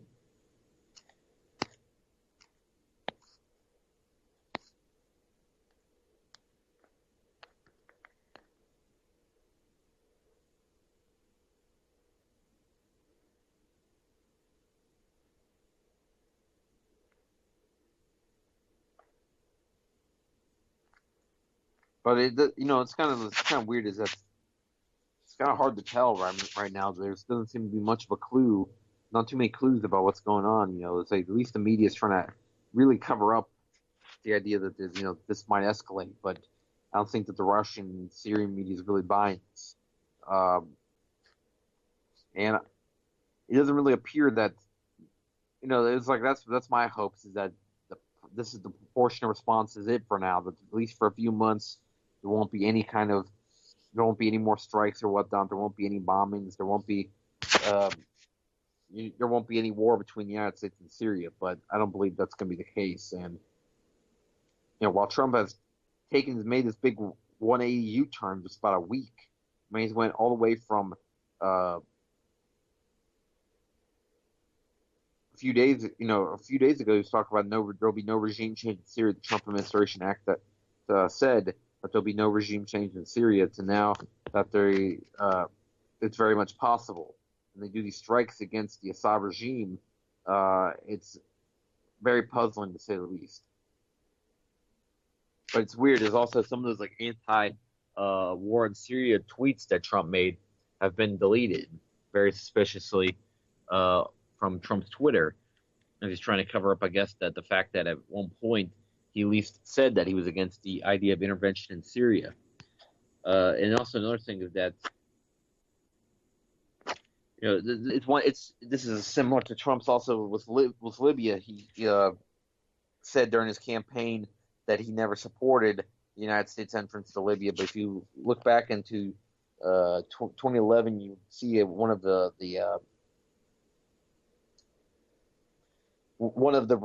recordings that Trump did. It's Trump saying that Gaddafi's a murderous tyrant and need to be removed or whatever, and he's pretty much voicing the support for the NATO removal of Muammar Gaddafi. Muammar Gaddafi is very much a similar story to what I think Bashar Assad but Bashar al-Assad's been able to hold off the United States for about 5 years, rather than Gaddafi fell apart very quickly. I mean, Gaddafi's the operation against him started almost at the same time, and Gaddafi was removed that year, while Assad's been here, is still here in 2017. Now, when Gaddafi fell apart pretty quickly, the military couldn't really hold off the NATO intervention, and then the rebels took over. Now we have the chaos that's going on in Libya. Iraq, is now, after the intervention, is a disaster. It's now finally some order with the new government in Iraq, and they make an alliance with Iran, but now ISIS is still all over the country. Iraq has became it became a power vacuum. But you know what I have to say about Iraq is that they have been somewhat resilient despite all of what's happened. Is that that they seem to at least be fighting in order to make things right in that country. And I think that people, they've been defeating ISIS, and at the same time are trying to bounce back from a horrible era of war. I mean, it took years for Vietnam to recover. It took years for Europe to recover after World War II. Massive wars of that scale are not easy for a country to get over. I mean, it took Europe almost 40 years for them to really recover from the effects of World War II, where they were almost totally decimated. Some of these countries, similar to like how Vietnam was totally decimated, in Iraq, a lot of that was totally decimated. Or Korea, where someplace like 99% of all locations had been bombed. You had like Pyongyang was left to just like one building, and I think Seoul wasn't too much more intact either. Syria hopefully will never turn into like a Korea or turn into a World War II, scenario or something like that. I don't think that. I think in many ways this upcoming war will be kind of like how World War I was. It was a smaller predecessor to a much larger war, which would be a showdown between Russia and the United States. And that's what I predict, is that there's probably going to be 2 wars coming up. And this one right here is going to be the first real war that we've seen in a long time, since World War II that the world's seen, where an entire region gets engulfed in war. We're talking about the entire Middle East gets engulfed in war. I think Israel get involved. They'll come in on the backs of the United States. But, that's part of the things that Israel's been talking about, how they want to take on Iran. But they don't want to take on Iran themselves. They want to have the United States do it. And that's why they've been pushing for the United States to get involved. And, there's been talk about this whole red line in Iran for a long time. There was Netanyahu was the famous drawing showing the with the bomb and saying that how close that the United States had to get involved soon. Hopefully, the United States also never gets involved with Iran. Hopefully, the United States never touches Iran. The moment that happens, that would be definitely World War III. Either way, if they touch our Iran, it's going to be World War III. And also, hopefully, the United States doesn't touch Venezuela.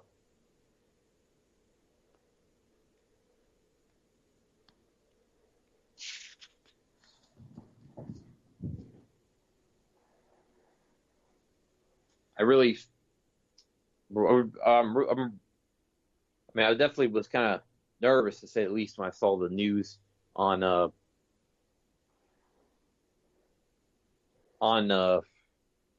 Thursday, when I saw the news and I saw CNN. Also, whenever you see the news, when the media starts breaking out the map of a Middle Eastern country, that's when you know that the shit's starting to go down. They start pointing at whenever Wolf Blitzer shows up out of the Situation Room with the maps of what's going on in Syria or whatever. When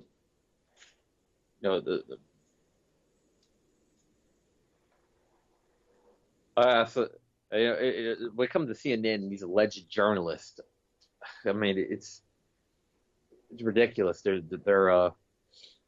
terrible reporting, and with Syria, how they continue to push the same lines of the moderate rebels and whatnot, and it's been that way since the war started.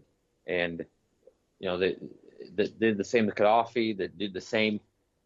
All these Middle Eastern wars have been based on lies. And there's that one lady she got fired or whatever for standing up to the producers or whatnot for what happened or for what they were having her do when it came to the line on behalf of the Bahrain regime.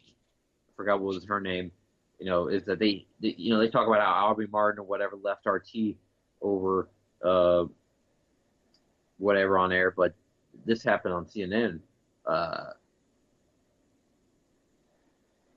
And Abby Martin still, at least, she still talks against the United States government or whatever. She's on Telesur now, I think. Yeah, she's on Telesur English now. But you remember, Abby Martin was one of the things that they pushed on the mainstream media here in the United States, trying to say, that, how she quit RT or whatnot. Shows how RT is a big propaganda outlet, how she stood up to the propaganda outlet RT or whatever. And there was another one, I think Liz Wall or whatever, left RT, and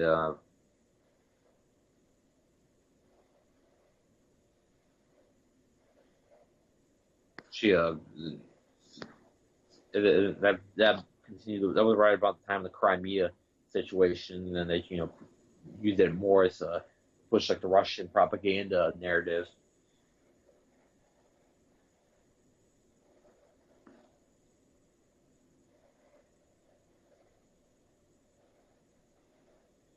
But and the one thing that's I find alarming is that Abby Martin told the Associated Press, I don't know why she was saying that, maybe just to become more mainstream or whatever. But Martin said, or told the Associated Press in March 2014 that she no longer subscribes to the theory that 9/11 was an inside job as she did back in 2008. That might have, like I said, that might have been a way for her to, so she's not as obscure or whatever, or to get more into the public spotlight. That she or so-called acknowledges 9/11 not being an inside job. If she was to, they'll take her out of being on the fringes or whatever, being such an outcast. But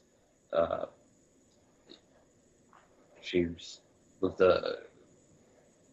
just pushed that 9/11 wasn't an inside job, but obviously 9/11 was an inside job.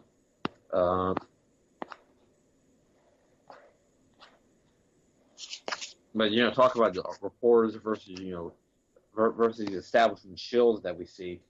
That's all the mainstream media has became. It's that you go to people like Lawrence O'Donnell and MSNBC. Apparently, they push, and I think they're the ones that were pushing like the idea that the Syrian strikes must have been set up between Putin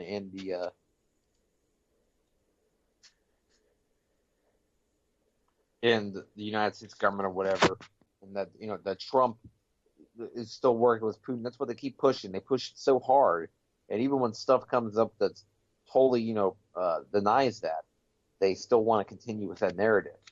I mean, what more do they need to see is that there'll be, that Trump could literally launch a strike against Russia or whatever, and he could say, oh, it's part of Putin's plan to kill off his own citizens or whatever. He's letting Trump invade the country or whatnot.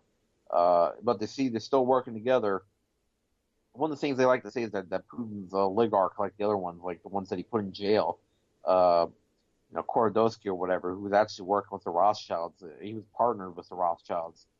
Is that Putin was putting these people in jail because they were corrupt, because they were interfering with the way of making Russia better. That's why he put them in jail. He didn't put them in jail because he felt like he threatened that there was some kind of rivalry or whatnot. That's what they try to say, is that they say they put him in jail as rivals and whatnot. And the whole thing that they try to say that he's some kind of thug or that he's a gangster or whatever. They've been saying that for a long time. Doesn't make it true.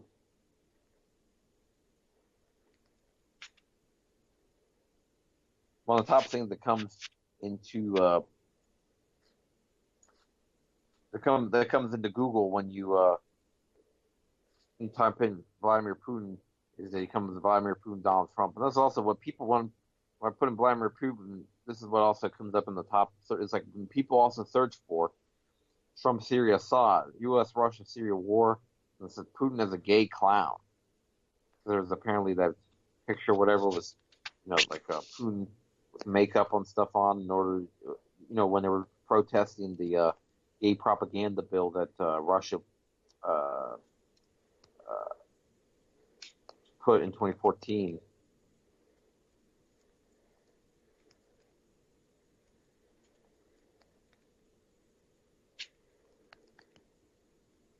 Which, that was right around the time of the Sochi Olympics that they try to, they tried to get like the Sochi Olympics to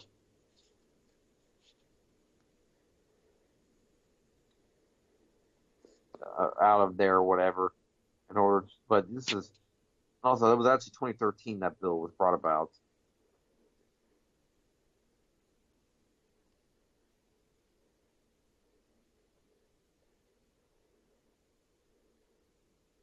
This is what the Russian government stated. The purpose of the law was to protect children from being exposed to homonormality content, presenting homosexuality as being a norm in society under the argument that it contradicts traditional family values. Statute amendment that currents the country's child protection law, the code of the Russian Federation of Administrative Offenses. And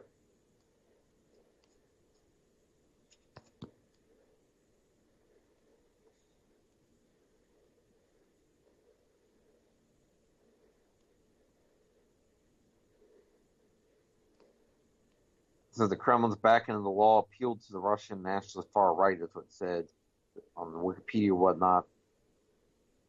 But the thing is that you can't really be mad at a country for wanting to protect its own traditional values, in my opinion. I mean, something that's been so lost here in the West. And at the same time, is that you see how provocative these gay parades can get at times or whatnot over there in Russia. It's like people are used to what it became over here in the United States, which is just pretty much like and sometimes it gets provocative over here, and it's definitely not a place I don't think that children should be at. And some of the ones that here in the United States, it might be kind of controversial for me to say it, but it definitely crosses the line sometimes. But over there, it definitely did, and this is a place where agitators from Western European countries often showed up just to, cause trouble. So the fact that he pretty much said there'd be no more gay parades really is no problem. I actually don't really agree with the concept altogether. At least it should be a totally family friendly PG event. If it's done. What I mean by that is that not necessarily that it should be an event that encourages youth to join in. I'm saying that it should be that if that's the case, it should be something that if youth were to see that from what saw them walking down the street or whatever, that would not be something that would be disturbing to see or whatnot. And what that constitutes is kind of self-explanatory. And Russia, it was definitely did not fit under those guidelines. But the one that's, and also another thing is that they try to make it seem like, I think some people actually believe that, being gay in Russia was illegal.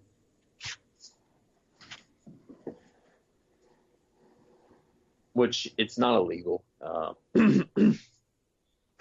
It's homosexuality in Russia is legal, unlike some of America's allies, actually, like Saudi Arabia or Gambia is a known one where their president's made much more bombastic quotes about gays, and you don't hear anything about that. He's an African dictator. If you haven't checked it out, I think that's the one that he's one of the most notorious dictators in Africa. He's in Gambia.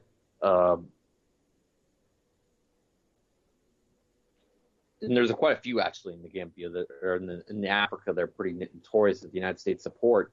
There's like the one in Equatorial Guinea that says you can talk to God or whatever, and it's put a very strict regime in this country. And by I guess by saying that he has, he's like a medium is what he says, and it puts that very strict regime. There's been a lot. It's pretty much has installed a fascist dictatorship inside the country.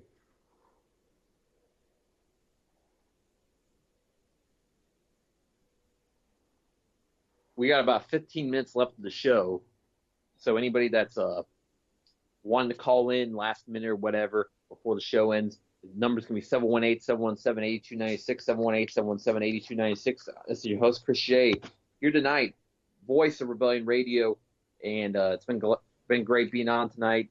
Great talking and debunking some of these lies about Syria, talk about Iran, and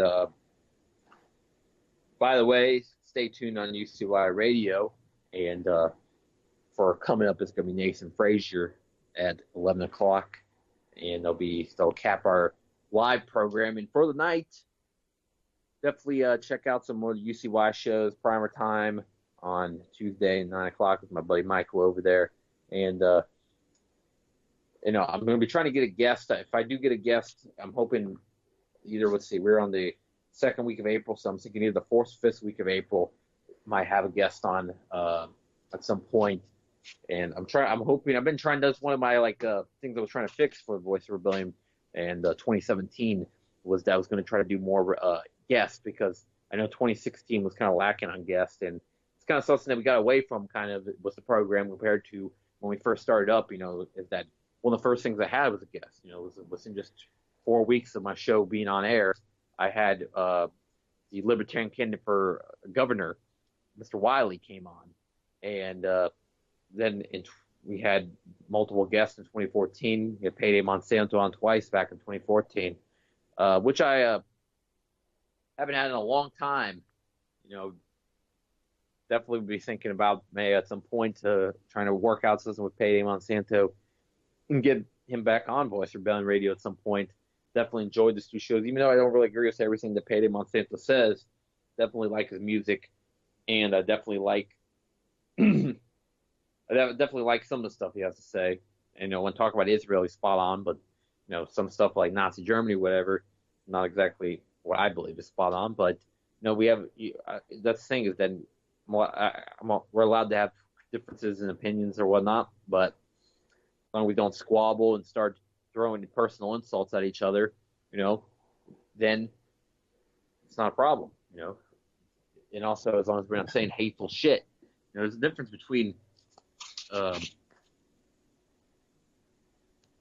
being, supporting whatever, political movement or whatnot, but doing it in a completely non-hateful, civil manner, and then, being, shouting out stuff like, support all the Mexicans or whatnot, then, that's a much different story. And, and like I said, then we start organizing events like, I think what Richard Spencer was doing, which was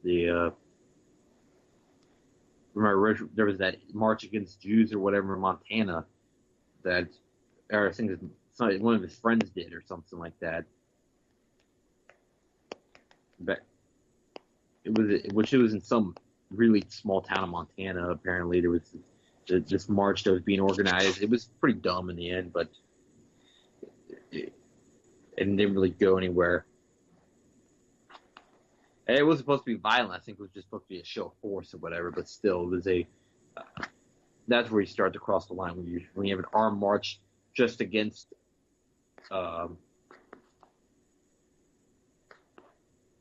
Against an ethnicity, rather than for a cause or whatever, or opposing the government or whatnot.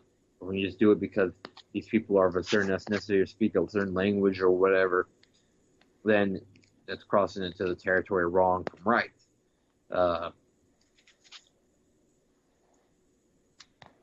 When it comes to Syria, protest, apparently some of the protests have been kind of divided also, is that there's these people like, the anarchists versus like what they call the Stalinists or whatever, is that, it's what a lot of the anarchists that are protesting the war because they're against the war versus the people that are protesting the war because they're pro-Assad.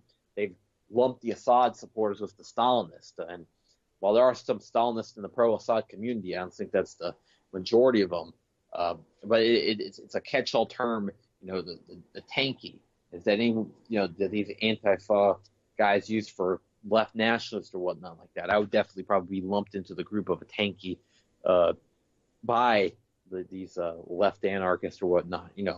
It's like, it's funny is that being in my position or whatnot on the political spectrum, is that I got like some of those guys would probably call me a tanky, get called a cuck or whatever by the fascists, by the alt right or whatnot, and then by some of the anarcho capitalists, they get called a statist. Hell, and then by some of the people over on the Stalinist side, they'll call me a revisionist or whatnot. So pretty much like all four sides have a term probably for me, because I don't really fit into any real, like any of the quadrants really necessarily. Kind of, it's like some things I'm definitely, when it comes to like social issues or whatnot, is that I'm a bit more conservative than a lot of the internet leftists or whatnot. But then when it comes to fiscal issues, compared to a lot of the people that are just as socially conservative or whatnot on these issues, I'm much more further left on that, I guess you'd say. But then again, you start getting to the whole left, right, whatnot. What's really important is to focus on is whether you stand with the people of Syria, the people of these countries affected by the regime change policies of the United States, or whether you stand with the United States government and the war machine. And, I don't think too many people really fit into that category, and especially not people that are informed, is that it's one thing to support things when you don't know what it really is about.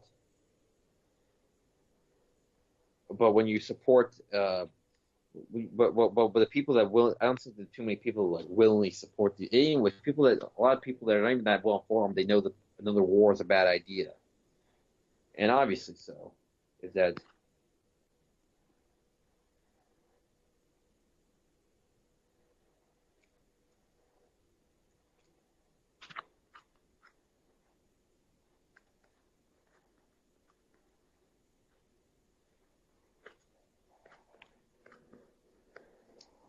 apparently this is one of the things I just saw, is that apparently the Saudis fully back the United States strike on Syria. So something's not good when the Saudis strike when the Saudis approve of it.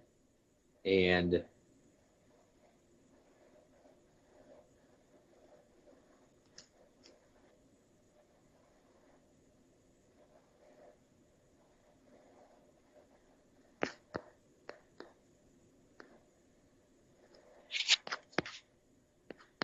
looking right now as we've gone the last few minutes of the show, is that it seems like Facebook's kind of returning to normal. For a few days, they were it was really starting to blow up with the talk about Syria and whatnot. And I can't help but think is that these people that I see, a lot of the people that went to high school or whatever, joining the military and whatnot, I gotta tell you, it's time to leave. Time to get out the military, because they're gonna send you to Syria, and you'll be helping terrorists. You'll be fighting possibly alongside with terrorists, and I don't know how you'll be able to live with yourself. Helping the terrorists take over the country, and while you do regime change, it'll be very apparent once you're there that you're not doing something good, and these very people, the same people that crucified Christians. These same people that use chemical weapons, these same people that target minorities, target ethnicities, target minority ethnicities in the country. These people that, and also another thing is that to the Christians in this country, the average Christians in this country, is that most of the Christians in the country support the Assad regime. They protected them, and these people that are pushing for the war in Syria do not like Christians. And I'm talking about the Zionists. They don't like Christians, and they're one of the main people pushing for the war in Syria and Iran. And also, if you fight against Syria, you're going to be fighting against Iran at the same time. So it's going to be an absolutely terrible situation. Anybody in the military, I implore for you to step away from this.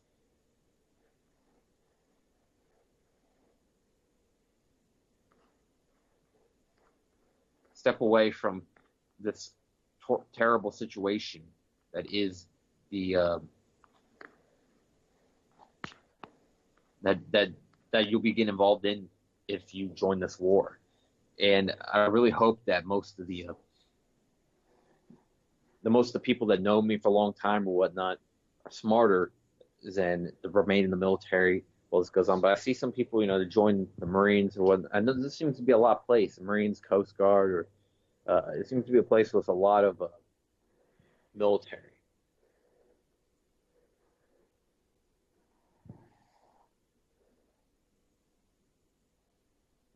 It's I guess it's a very militaristic city, St. Pete, and there's I guess because we have the MacDill Air Force Base right over there. I've really been a big opponent to the military for a long time. I think it goes back to even before when I was really fully awake and aware of what's going on in the Middle East.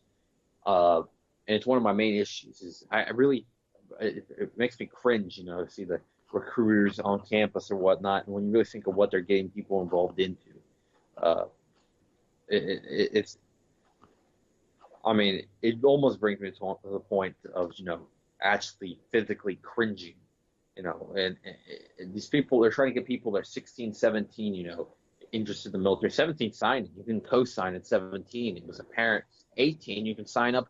You can't even fucking drink at 18, but you can go sign up to go die in a war. That's younger than I am.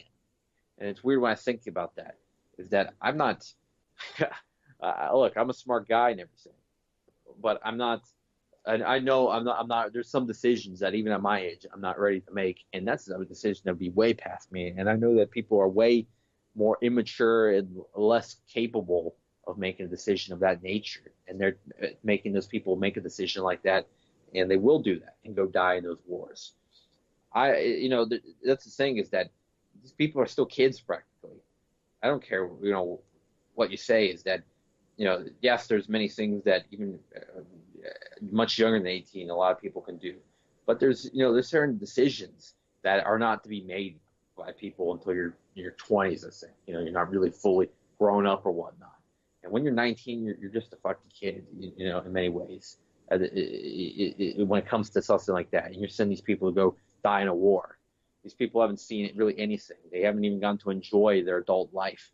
They didn't get a chance to go study. They didn't have a chance to, really experience love. And now, now they're going to go and, throw that all away to go die in a war for corporate interest. And I probably just sound like some, some edgy teen or whatever. From some grunge band from the 90s. But this is all real shit that's happened all the time, since since World War II, to Vietnam War, but back then it was draft, and then now they do it volunteer, and they do economic draft. They show numbers to these people, these disadvantaged youths. There's a reason why a lot of black people join the war, because they are a lot of times economically disadvantaged, and they recruit to them. They show them a number that they can't refuse. It's like, hey, how would you like to make double what you could ever make in a job here if you get that job? A lot of times you don't even see, it's black men or whatever, even in their neighborhoods, they don't even seem to really have jobs. Maybe the women might be able to have jobs, but the black men, it's not even present. It's like, I don't know. It's just me talking, me ranting at this point. Maybe some of that stuff you shouldn't take seriously, but when it comes to that definitely they target for blacks and Latin. And, a lot of times they take advantage of the fact that a lot of those Latins don't have proper documentation or anything yet, and that they would like that, and that the military can provide that for them. It's very upsetting. Well, thanks everyone for tuning in to Voice of Rebellion Radio. Point of no return and nobody can stop it. Malcolm Little when he knelt before Elijah Muhammad, the comet that killed the dinosaurs, changing the earth. They love to criticize, they always say I changed for the worse. Like prescription pills when you misusing them, nigga. The Templar Knights when they took Jerusalem, nigga, and figured out what was buried under Solomon's temple, Al-Aqsa. The name is not coincidental. I know too much, the government is trying to murder me. No coming back like cutting your wrists open vertically. How could the serpent be purposely put in charge of the country? Genetic engineered sickness spread amongst me. My people are so hungry that they attack without reason, like a fucking dog ripping off the hand that feeds them. Immortal technique is treason to the Patriot Act. So come and get me, motherfucker, cause I'm not coming back. This is the point from which I can never return. And if I back down now,